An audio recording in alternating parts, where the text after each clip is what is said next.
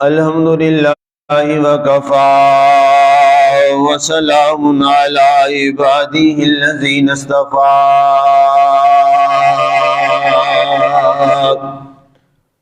خصوصا على سيد ولد آدم محمد المصطفى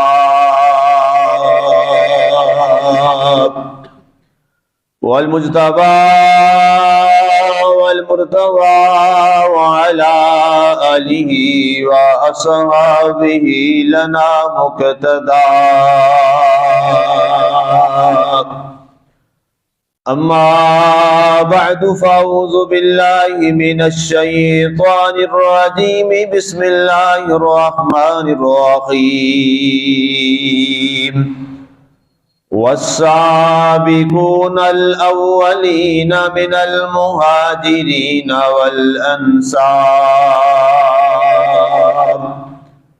والذين اتبعوهم بإحسان رضي الله عنهم ورضوا عنه صدق الله العظيم وبلغنا رسوله النبي الكريم المتين الرؤوف الرحيم ونحن على ذلك لمن الشاهدين والشاكرين والحمد لله رب العالمين ما إن مدحت محمدا بمقالتي ولكن مدحت مقالتي بمحمد لا يمكن الثناء كما كان حقه بعد از خدا بزرگ توئی قصہ مختصر بعد حمد و صلوات معزز سامعین و ناظرین سامعات، آج کا ہمارا خطبہ جمعۃ المبارک جس عظیم شخصیت اور جن کا پورا گھرانہ اور جن کے والد گرامی بہت بڑے عاشق صادق اور ان کی اپنی شخصیت دنیا کے لیے اور پوری دنیا کی مسلمان عورتوں کے لیے ایک مشعل راہ ہے۔ 2 دن قبل آپ کا یوم وصال گزرا۔ میری مراد حضرت سیدہ اسماء بنت ابی بکر رضی اللہ تعالی عنہ کی ذات پاک ہے۔ آپ کی شخصیت کے حوالہ سے یہ بات بڑی واضح ہے، حضرت اسماء رضی اللہ تعالیٰ عنہ کو اللہ نے یہ اعزاز دیا ہے، یہ شرف بخشا ہے کہ آپ کے والد بھی صحابی رسول، آپ کے دادا بھی صحابی رسول، آپ کے شوہر بھی صحابی رسول، آپ کے شہزادے صاحبزادے بھی صحابی رسول۔ اب یہ پورا خاندان جنہیں اللہ تعالیٰ نے صحابیت کے شرف سے نوازا ہے۔ آپ کے والد گرامی جن کے اوصاف حمیدہ کا کیا ذکر کیا جائے، جناب سیدنا ابو بکر صدیق رضی اللہ تعالی عنہ، جب بھی عشق اور محبت اور حلم کا نام آتا ہے اور اسلام میں جب بھی وفاداریوں کا نام آتا ہے تو لا محالہ ذہن میں تصور سیدنا صدیق اکبر آ جاتا۔ ان کی شہزادی ہیں، آپ کی والدہ قتیلہ بنت عبد العزیٰ ہے، اور آپ کا پیدائش کے حوالہ سے جو روایات ہیں وہ یہ ہے کہ ہجرت نبوی صلی اللہ علیہ وآلہ وسلم سے 27 سال قبل آپ مکہ مکرمہ میں پیدا ہوئے، اور اللہ تعالیٰ نے آپ کو، جو میں نے سورہ توبہ کی آیت نمبر 100 کا پہلا تقریباً آدھا حصہ میں نے تلاوت کیا ہے، اللہ تعالیٰ نے اس میں جن سابقون الاولون کا ذکر کیا ہے ان کے ذکر خیر میں اللہ نے آپ کے نام کو بھی شامل فرمایا ہے کہ وہ سابقون الاولون جنہوں نے ہجرت کی مکہ مکرمہ سے مدینہ منورہ کی طرف، اور اپنا سب کچھ اللہ اور اللہ کے رسول کے لیے قربان کر دیا۔ سیدہ اسماء بنت ابی بکر رضی اللہ تعالی عنہا آپ بھی انہی میں شامل ہیں۔ پہلے قرآن کی آیت کا ترجمہ سماعت کر لیجئے۔ سورہ توبہ ہے، آیت نمبر 100 ہے، 100۔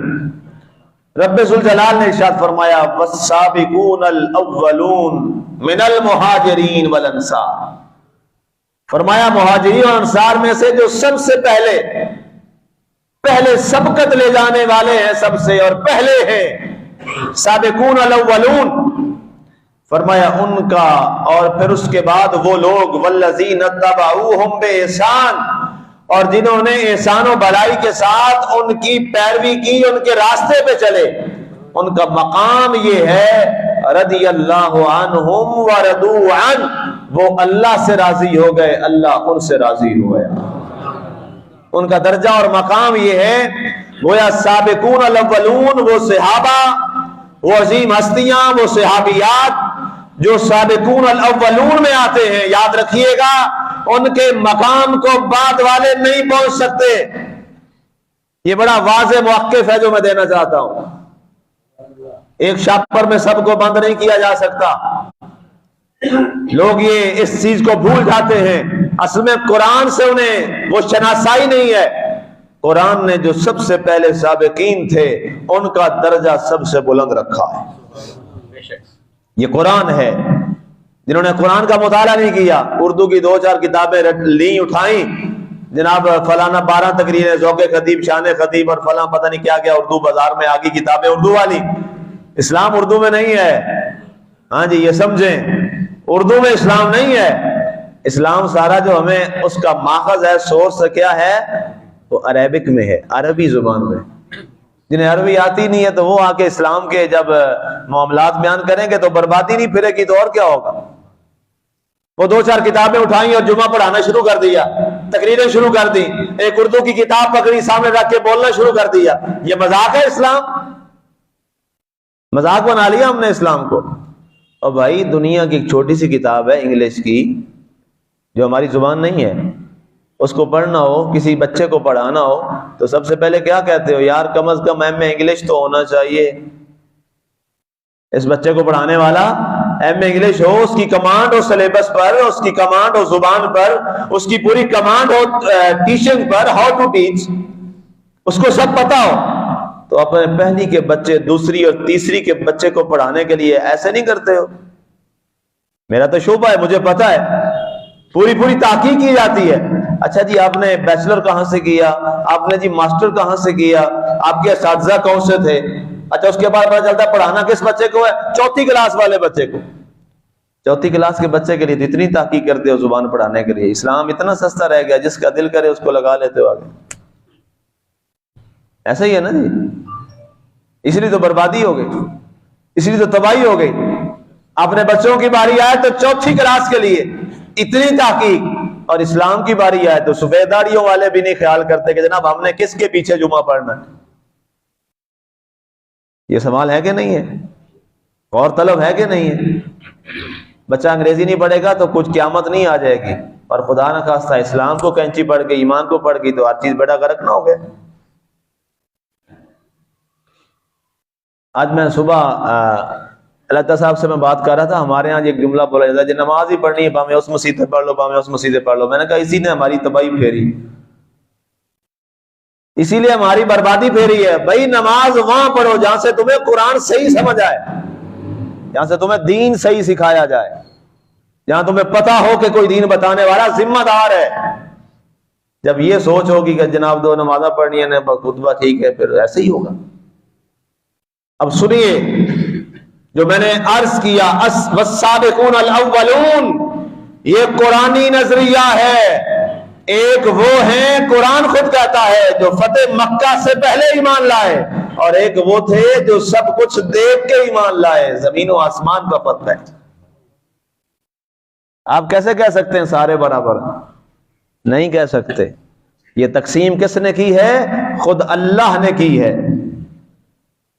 آج جو اٹھے نا جی سارے برابر ہیں، میں نے کہا نہیں، سارے تو نبی بھی برابر نہیں ہیں۔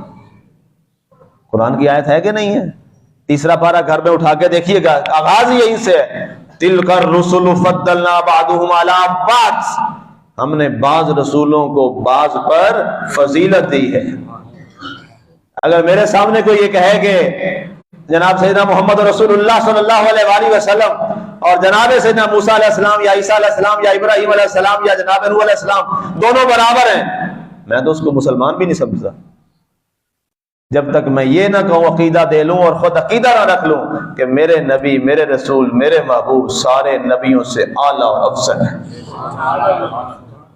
میں تو اپنے آپ کو مسلمان نہیں سمجھتا جب تک یہ عقیدہ نہ بنا لیا جائے۔ بالکل اسی طرح اللہ تعالیٰ نے قرآن میں صحابہ کرام رضوان اللہ تعالی علیہم اجمعین اور صحابیات میں بھی وہ مقام اور درجے کی تقسیم رکھی ہے۔ ایک وہ تھے جب ساتھ محبوب کے کوئی بھی نہیں تھا، صرف دشمن کی تلواریں جھنکار رہی تھی، جو اس وقت ساتھ کھڑے ہوئے ان کا مقام اور ہے، اور جو دیکھ کے آئے کہ اب فاتح مکہ آ گیا ہے پھر ڈر کے مسلمان ہوئے، ان کا مقام اور ہے۔ آپ کیسے برابر کر سکتے ہیں؟ نہیں کر سکتے۔ ان کا بھی بڑا مقام، لیکن ان کا مقام ہمارے سے اوپر ہے، لیکن ابو بکر صدیق سے اوپر نہیں ہے، علی مرتضیٰ سے اوپر نہیں ہے، جناب سیدنا عمر بن خطاب سے اوپر نہیں ہے، وہ نیچے ہیں۔ بڑے یہ ہیں جو سابقون الاولون ہیں۔ اب انہی میں سیدہ اسماء بنت ابی بکر رضی اللہ تعالی، اور آپ آغاز اسلام میں اعلان نبوت کے چند دنوں بعد ہی آپ دائرہ اسلام میں آ گئے، اور مسلمانوں میں اسلام لانے والوں میں آپ کا 18واں نمبر ہے۔ اتنے اوائل میں آپ دائرہ اسلام میں آئے، 18واں نمبر۔ اور یہ وہ زمانہ تھا جب کلمہ طیبہ پڑھنا خود اپنے آپ کو قتل کرنے کے مترادف تھا، اپنے آپ کو مسلمان کہنا تلواروں کے آگے دینے کے برابر تھا۔ آج تو ہمیں کلمہ پڑھنا ہو یا کوئی نیک بن جائے تو اس کو لوگ شاباش دیتے ہیں۔ اس زمانے میں جو رسول اللہ کا نام لیتا تھا یا اللہ کی توحید کا نام لیتا تھا، لوگ اسے قتل کر دیتے تھے ڈھونڈ ڈھونڈ کر۔ اس زمانہ میں جس نے پھر وہاں کہا بت جھوٹے ہیں سچا اللہ ہی ہے، جنہوں نے اس زمانے میں کہا سچا نبی اور رسول محمد مصطفیٰ صلی اللہ علیہ وآلہ وسلم ہے، ان میں یہ بہادر خاتون جن کا نام حضرت اسماء ہے رضی اللہ تعالی عنہا، آپ نے آگے بڑھ کر دائرہ اسلام میں داخل ہو کر اسلام کے جھنڈے کو بلند کر دیا۔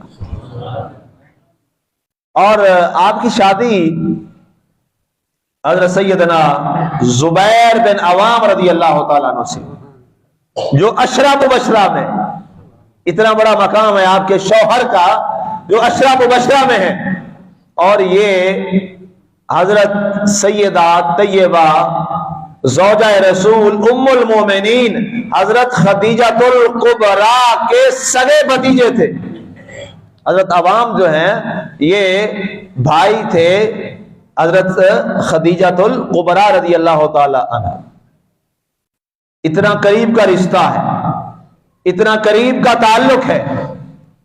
اور پھوپھی ذات بھی تھے حضرت زبیر بن عوام رضی اللہ تعالیٰ عنہ، حضور صلی اللہ علیہ وسلم کے پھوپھی ذات، پھوپھی کے بیٹے، اتنا وہ بھی قریب، صفیہ رضی اللہ تعالیٰ عنہ، یہ قرب کا تعلق ہے۔ اب جب مسلمانوں نے بڑا تنگ کرنا شروع کر دیا، مسلمانوں کو کافروں نے، اور اب اللہ کا حکم بھی آ گیا محبوب صلی اللہ علیہ وآلہ وسلم اب آپ یہاں سے ہجرت فرما جائیں، تو آقا کریم علیہ الصلوۃ والسلام آپ نے اپنے گھر مبارک میں اپنے چچا زاد بھائی اور اپنے بھائی حضرت علی شیر خدا رضی اللہ تعالی، حضرت علی رضی اللہ تعالی عنہ کو حضور صلی اللہ علیہ وسلم کے بھائی ہونے کا اعزاز حاصل ہے، اور خود حدیث رسول صلی اللہ علیہ وسلم ہے، آقا کریم علیہ الصلوۃ والسلام نے ارشاد فرمایا تھا جب آپ مواقعات فرما رہے تھے، مدینہ منورہ میں پہنچ کر ایک مہاجر کو پکڑا، ایک انصاری کا اسے بھائی بنا دیا، ایک مہاجر کو لیا انصاری کا بھائی بنا دیا، کہا میاں انصاری سے کہا یہ لے جا، اس کی سارے کھانا پینا رہائش تیرے ذمہ ہے۔ جب بھائی بنا رہے تھے تو ظاہر ہے حضرت علی بھی تو مہاجر تھے، ہجرت کر کے آئے تھے مکہ سے مدینہ منورہ کی طرف. اب سارے انصار تقسیم ہو گئے مہاجرین کے برابر. اب حضرت علی اکیلے بچ گئے. اب کوئی انصاری نہیں تھا. پریشان ہوئے, دیکھا سارے بھائی بھائی بن گئے, اب علی اکیلا رہ گیا ہے, کوئی انصاری بچا ہی نہیں ہے. تو رنجیدہ چہرہ ہوا اور دیکھا بارگاہ رسالت مآب صلی اللہ علیہ وآلہ وسلم نے, اور عرض کیا. سرکار بھانپ گئے, آپ جان گئے کہ معاملہ کیا ہے؟ فرمایا علی میں سمجھ رہا ہوں, تو یہ دیکھ رہا ہے کہ میرا کوئی بھائی نہیں بنا. فرمایا انت اخی فی الدنیا والآخرہ, علی تو دنیا اور آخرت میں میرا بھائی ہے. یہ مقام, یہ درجہ اللہ نے آپ کو عطا فرمایا, آپ کو دیا. اب واپس آئیے. جب آپ علیہ الصلوۃ والسلام اپنے حجرہ سے, اپنے گھر مبارک سے جانے لگے, تو اپنے بستر پر, بستر رسول صلی اللہ علیہ وآلہ وسلم پر جس کو سونے کا شرف ملا ہے اسے علی کہتے ہیں. بستر رسول صلی اللہ علیہ وسلم پر سو گئے. فرمایا علی کل امانتیں واپس کر کے یہاں سے آ جانا. اور آپ نے سورہ یاسین کی ابتدائی آیات پڑھی, اور کافر جو تلواریں لے کر محاصرہ کر کے کھڑے تھے ان کے درمیان سے نکل گئے. اللہ نے ان کی آنکھوں کو اندھا کر دیا, پتہ ہی نہیں چلا کسی. سیدھا گئے حضرت سیدنا صدیق اکبر کے گھر. تو ابو بکر تیاری کرو, چلیں راتوں رات نکلنا ہے ہم نے. حضرت ابو بکر رضی اللہ تعالیٰ عنہ, ان کے گھر میں اس وقت 6000 دینار موجود تھے, سارے اٹھا لیے. اور گھر میں صاحبزادیاں بھی ہیں اور نابینا والد بھی ہے. ابو قحافہ نابینا والد, بوڑھا والد, اور ابھی تک وہ دائرہ اسلام میں نہیں آئے تھے, ابھی اسلام قبول نہیں کیا تھا. بیٹیوں کو بلایا, اسماء کو, حضرت عائشہ, فرمایا جلدی کرو, کھانا بانا تیار کر دو, ہم نے یہاں سے نکلنا ہے. کھانا تیار کیا گیا. ایک مشکیزہ حضرت اسماء نے تیار کیا, اور ایک کو برتن میں کو کھانے وانے جو چیزیں تھی وہ سامان تیار کیا. اب اس کو باندھنا تھا تو کچھ گھر میں تھا نہیں باندھنے کے لیے. حضرت اسماء نے کیا کیا, اپنا کمر بند لیا, اس کو 2 حصوں میں اس کو ایسے پھاڑ دیا, ایک سے مشکیزہ باندھ دیا اور ایک سے سامان کھانا باندھ دیا. جب جناب سیدنا رسول اللہ صلی اللہ علیہ وسلم کو یہ پتا چلا تو آپ نے آپ کو ایک لقب دیا, ذات النطاقین, 2 کمر بند والی. آج بھی آپ اسی نام سے جانی جاتی ہیں, ذات النطاقین. یہ آپ علیہ الصلوۃ والسلام نے خود یہ اعزاز دیا حضرت اسماء کو. اور یہاں تک روایات میں آتی ہے کہ آپ اس جنگل میں کچھ سامان دینے کے لیے, جب ظاہر ہے آپ اس غار میں چلے گئے, چھپ گئے, اور وہ سارا جالا, یہ ایک لمبا واقعہ, میں واقعی کی طرف نہیں جا رہا. جنگل ہے, ویرانہ ہے, سب کچھ ہے. اس کے باوجود حضرت اسماء رات کو تھوڑا سا دودھ جو کچھ ہوتا لے کر غار کے دروازے پر پہنچ جاتی. رات کی تاریکی میں مسلمانوں, آج ہم نے اسلام کو مذاق بنا رکھا ہے اور اسلام کو ہم سمجھتے نہیں ہیں. کبھی غور کرنا, اس میں اسماء کی عصمت کی رات کی تنہائیاں بھی شامل ہیں. کون ہے جو اپنی بیٹی کو اس رات کے پہر میں, اور کنواری بیٹی, آج کا ماحول نہیں ہے, آج کتنا جدید سسٹم آ گیا, لیکن آج بھی اکیلی بیٹی بھیجتے ہوئے انسان 100 بار سوچتا ہے. جدید ترین دور میں جب آپ ہر وقت آپ رابطے میں, موبائل فون ہے, اب تو جناب سکائی سسٹم ہے, پورا سسٹم ہے, آپ دیکھ رہے ہوتے ہیں کہ بیٹی جس گاڑی میں جا رہی وہ گاڑی کہاں پہنچی, آپ آبزرو کر رہے ہیں. لیکن اس کے باوجود دل میں خوف اور ڈر رہتا ہے.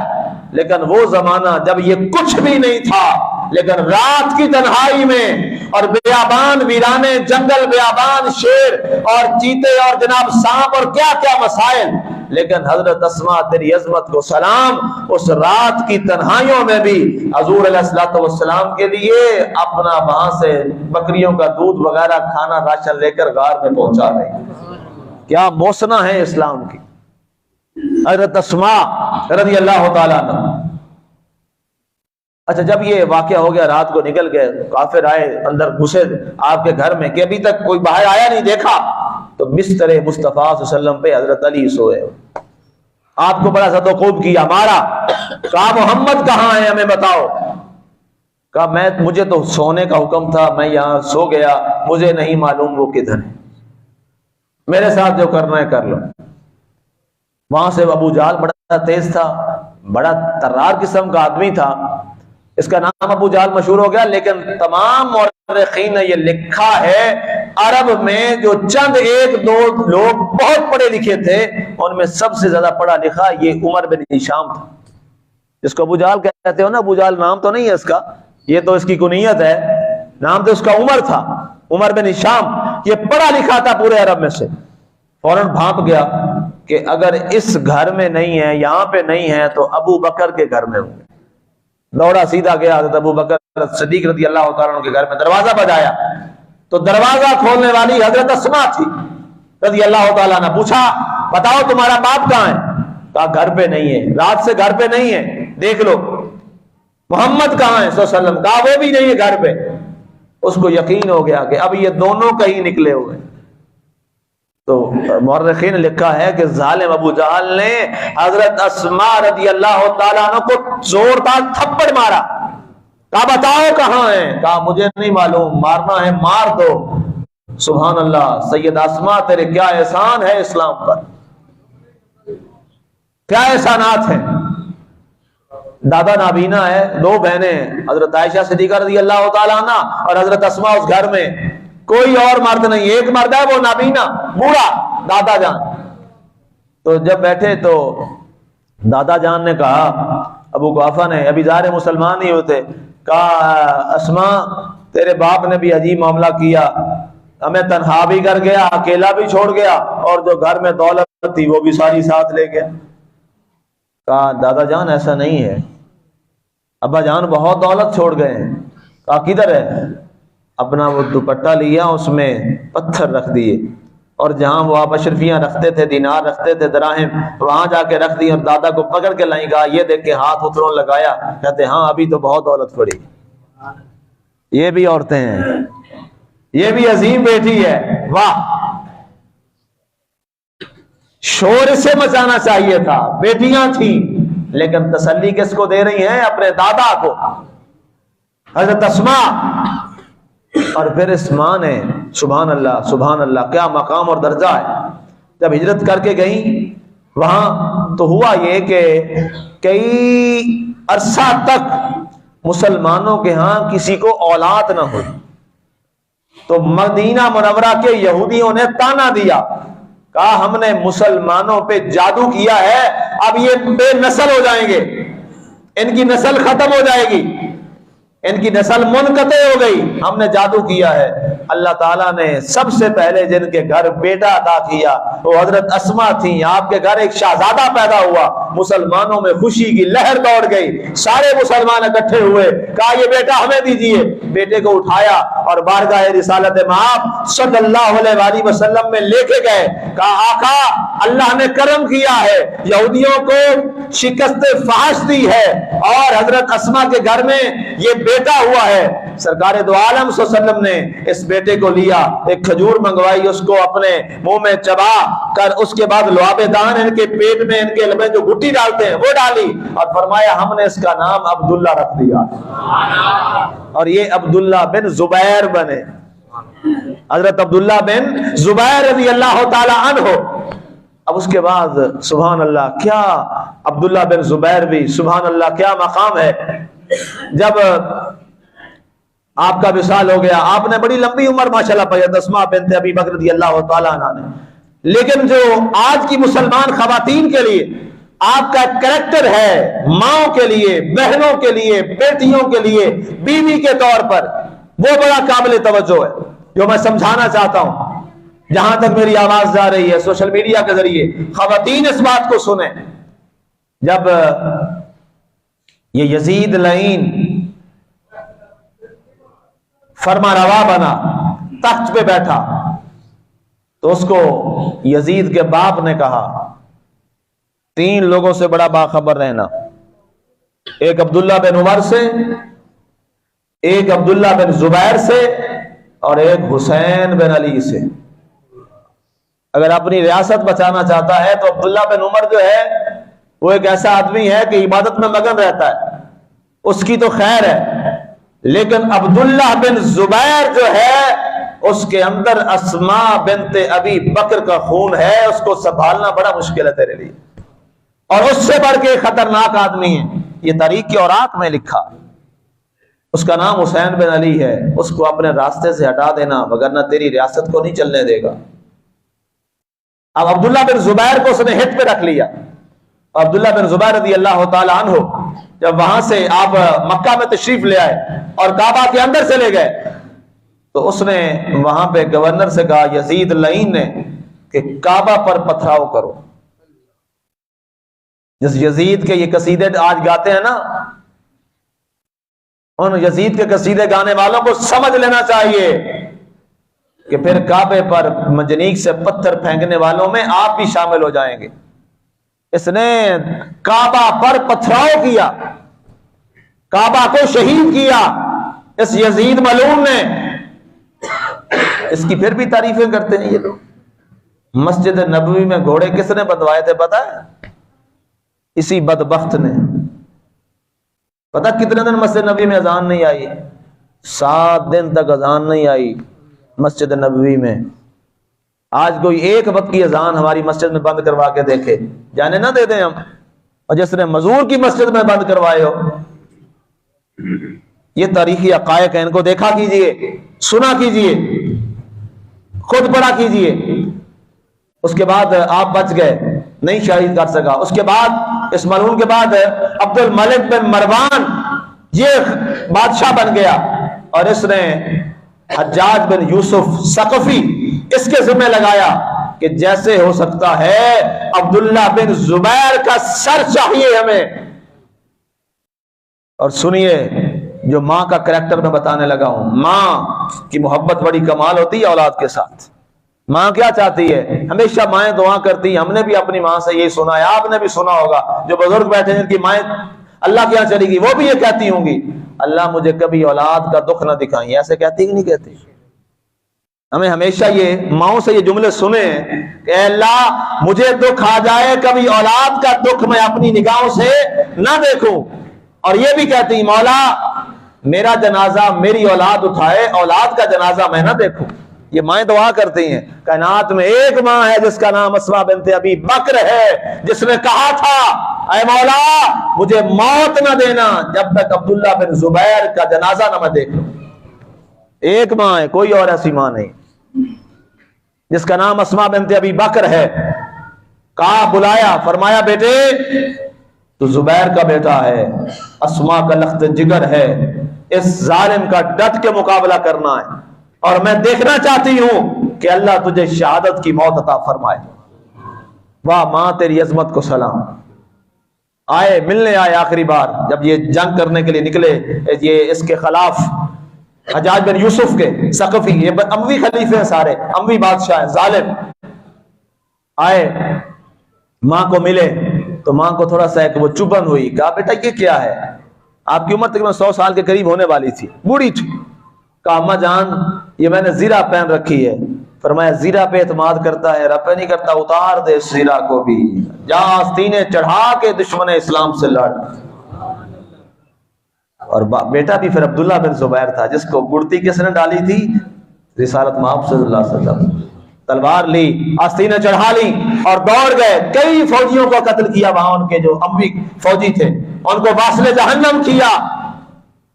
لیکن آخر میں ظاہر ہے پوری فوج ایک طرف، پوری ریاستی مشینری ایک طرف اور ایک عبداللہ بن زبیر ایک طرف، شہید کر دیا گیا، سر اتار دیا گیا۔ سر اتروا کے عبد الملک بن مروان کے دربار میں بھیج دیا گیا اور انہیں وہاں پر چوک میں لٹکا دیا گیا، الٹی لاش لٹکا دی گئی۔ 3 دن گزر گیا، دفن نہیں کیا۔ آپ کو پتا چلا کہ میرا بیٹا شہید ہو گیا ہے اور 3 دن سے لاش الٹی لٹکی ہوئی ہے۔ ماں چل کے آئی، ذرا یہ جملہ سینہ تھام کے سننا، ماں چل کے آئی اور لاش کی طرف دیکھا اور کہا اللہ تیرا شکر ہے، تیری امانت تھی تیرے راستے میں گئی۔ اور ایک دوسرا جملہ بولا، کہا اے عبد الملک بن مروان، اے حجاج بن یوسف، ابھی وقت نہیں آیا کہ شاہ سوار کو سواری سے اتار دیا جائے۔ مکے میں اور سارے علاقے میں کوئی آنکھ نہیں تھی جو پر نم نہ ہوئی یہ جملہ سن کر کہ 100 سالہ عمر والی ماں اور بیٹے کے لیے یہ جملہ ایک آنسو نہیں گرایا، ایک آنسو نہیں گرایا۔ استقامت کا پہاڑ بن کے جملہ بولا، اے لوگو، اے ظالمو، اے عبد الملک بن مروان، اے حجاج بن یوسف تم کتنے بزدل ہو، میرے شہید بیٹے کی لاش سے بھی تم ڈرتے ہو، ابھی وقت نہیں آیا کہ شاہ سوار کو سواری سے اتار دیا جائے۔ تھپڑ کی طرح یہ جملہ لگا انہیں، اتارا اور یہودیوں کے قبرستان میں وہاں گرا دیا۔ فرمایا لے آؤ ان کی لاش مبارک، لے آئے اور خود ان کی لاش مبارک کو دیکھا اور فرمایا اس کو غسل دو، کفن دو، اور ان کے 7 دن بعد یا ایک روایت میں آتا ہے 20 دن بعد آپ کا شہادت ہو گئی، یہ 27 جمادی الثانی 73 ہجری میں، اور آپ نے آخری دعا کی، یا اللہ تیرا شکر ہے جو میری مراد تھی، جو میری خواہش تھی کہ میرا بیٹا شہید ہوتا اور میں اپنی آنکھوں سے دیکھتی، مولا تو نے میری یہ آخری تمنا بھی پوری کر دی ہے۔ مسلمانوں، یہ اسلام کوئی خیرات میں نہیں ملا، یہ اسلام بڑی قربانیوں کے بعد ملا ہے۔ اس اسلام میں سیدہ اسما کا صبر بھی شامل ہے، ان کی قربانیاں بھی شامل ہیں، ان کے شہزادوں کی قربانیاں بھی شامل ہیں، لاکھوں مسلمانوں کا خون شامل ہے، اور اس کے بعد یہ لا الہ الا اللہ محمد رسول اللہ صلی اللہ علیہ وآلہ وسلم یہ کلمہ ہمیں نصیب ہوا ہے۔ اس کلمے کی قدر کیجیے، اپنی اولادوں کو تربیت دیجیے، قرآن کے ساتھ جوڑیے، کلمہ اور قرآن کے ساتھ جوڑ دیجئے، خود بھی جڑیے، پھر انشاءاللہ کل جب روضہ رسول کے سامنے آپ جائیں، یا کل جب قیامت والے دن بارگاہ مصطفیٰ صلی اللہ علیہ وسلم میں جائیں، دربار خدا میں جائیں، دربار الہ میں جائیں، تو وہاں جا کر یہ کہہ سکیں مولا تو نے یہ اولاد دی تھی، ہم نے تیری راہ میں لگا دی، مولا تو نے یہ طاقت دی تھی، تیرے راستے میں صرف کر دی، اور ہم نے تو تیرے محبوبوں کے نظریات کو اور ان کے افکار کو سنبھالا اور اس میں زندگی گزار دی۔ دعا کو ہوں اللہ ہمیں سیدہ اسماء کے نقش قدم پر چلنے کی توفیق نصیب فرمائے۔ ای محمد سے وفا تو نے تو ہم تیرے ہیں، یہ جہاں چیز ہے کیا لہو قلم تیرے ہم علی الا البلاغ۔